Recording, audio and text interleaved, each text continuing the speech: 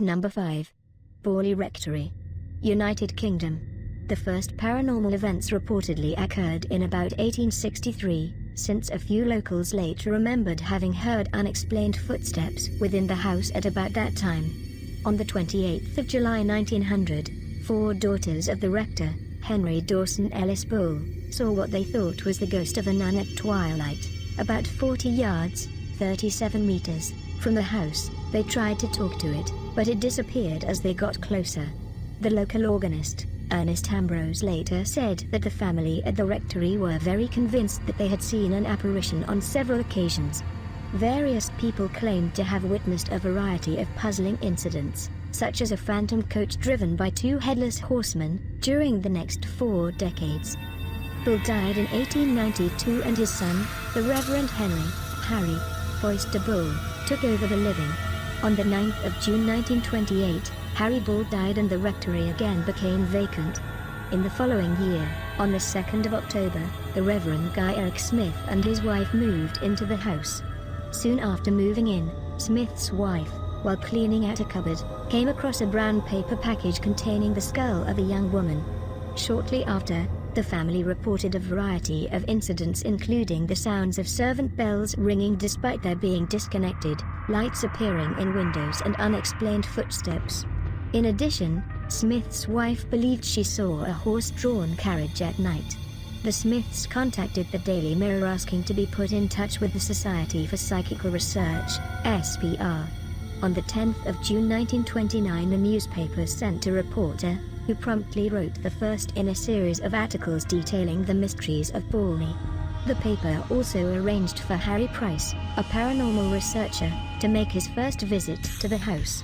He arrived on 12 June and immediately phenomena of a new kind appeared, such as the throwing of stones, a vase and other objects. Spirit messages were tapped out from the frame of a mirror. As soon as Price left, these ceased. Smith's wife later maintained that she already suspected Price, an expert conjurer, of falsifying the phenomena. Number 4. The Hellfire Club, Dublin. Richard Parsons, the first Earl of Ross, established the Hellfire Club in Dublin in 1735. The president of the Hellfire Club was named the King of Hell and was dressed like Satan, with horns, wings and cloven hoofs. One custom was that of leaving the vice chair unoccupied for the devil, in whose honor the first toast was always drunk. The clubs became associated with excessive drinking. Scale theme, a drink made from whiskey and butter was served in abundance during meetings of the Hellfire Club. Current urban lore tells us that it was, and still is, a site commonly used for the practice of Satanism and other occult activities, and that the devil himself made brief appearances at some unspecified times in the past. One story tells us a mysterious stranger seeks shelter on a stormy night, and a card game ensues. A member of the household drops a card, and sees that below the table, the otherwise affable and charming visitor has a cloven hoof. His or her screams made the devil aware of her discovery, and he at once vanished in a thunderclap, leaving a brimstone smell behind him. Another story about the club concerns a young farmer, who, curious to find out what went on at the meetings, climbed up Mount Borle one night.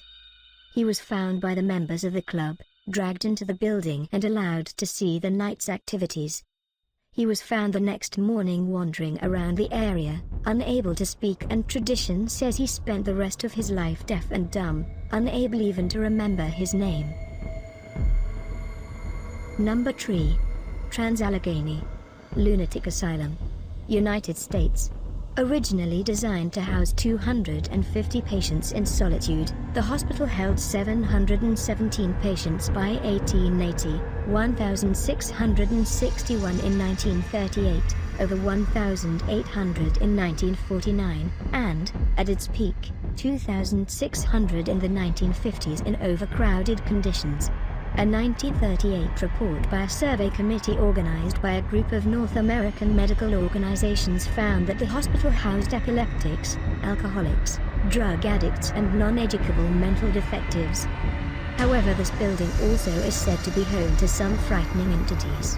For several decades, the hospital was extremely violent, with frequent reports of patients killing other patients. Two female employers were violated and killed, including a nurse that was missing nearly 2 months before found dead at the bottom of an unused staircase. These are the events that are said to contribute to the high level of paranormal activity at the asylum today. Some of the paranormal events that are reported by employees were sounds of gurneys being pushed up and down the hallways. The electroshock area has had reports of screams coming from it. Full-body apparitions of patients as well as doctors have been claimed to be seen roaming the halls and rooms.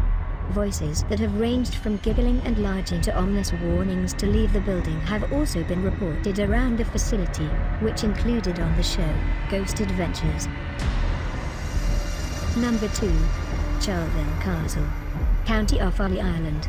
The castle is reputed to be haunted by a little girl named Harriet, youngest daughter of the 3rd Earl of Charleville, who died tragically in the main staircase of the building at the age of 8 in April 1861.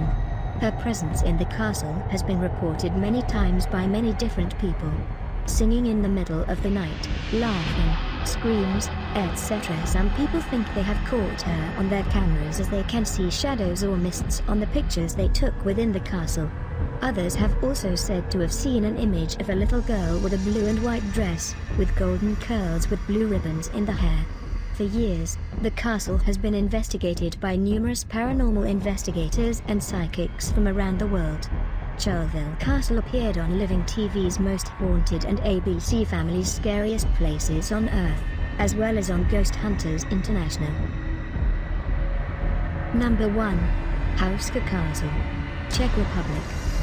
Houska Castle, and most specifically the chapel, has been constructed over a large hole in the ground that is supposedly the gateway to hell, which was said to be so deep no one could see the bottom of it.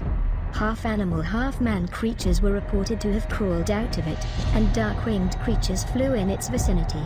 Legend has it that when construction began in the castle, all the inmates that were sentenced to death were offered a pardon if they consented to be lowered by rope into the hole, and report back on what they saw.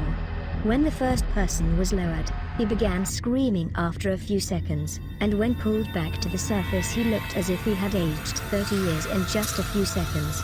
He had grown wrinkles and his hair had turned white, as old folklore tales state. Houska Castle was built with no fortifications, no water, no kitchen, near no trade routes, and with no occupants at its time of completion. The castle was not built as a residence or as a protective sanctuary, but was instead built because the hole was thought to be a gateway to hell. Thus, by constructing the Gothic building, they were able to keep the demons trapped in the lower level thickest walls closest to the whole of the castle.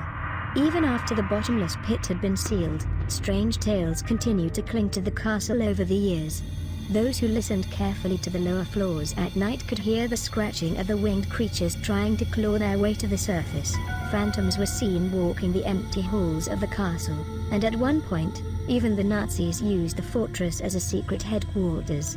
According to the legends, the Nazis had chosen Houska Castle in order to harness the powers of hell for themselves. Today, mysterious phenomena can still be witnessed inside Houska Castle's walls. In an effort to contain the demonic powers that hid below, the castle's chapel was built directly over top of the bottomless pit, and many visitors have heard what they describe as a chorus of screams coming from beneath the heavy floor.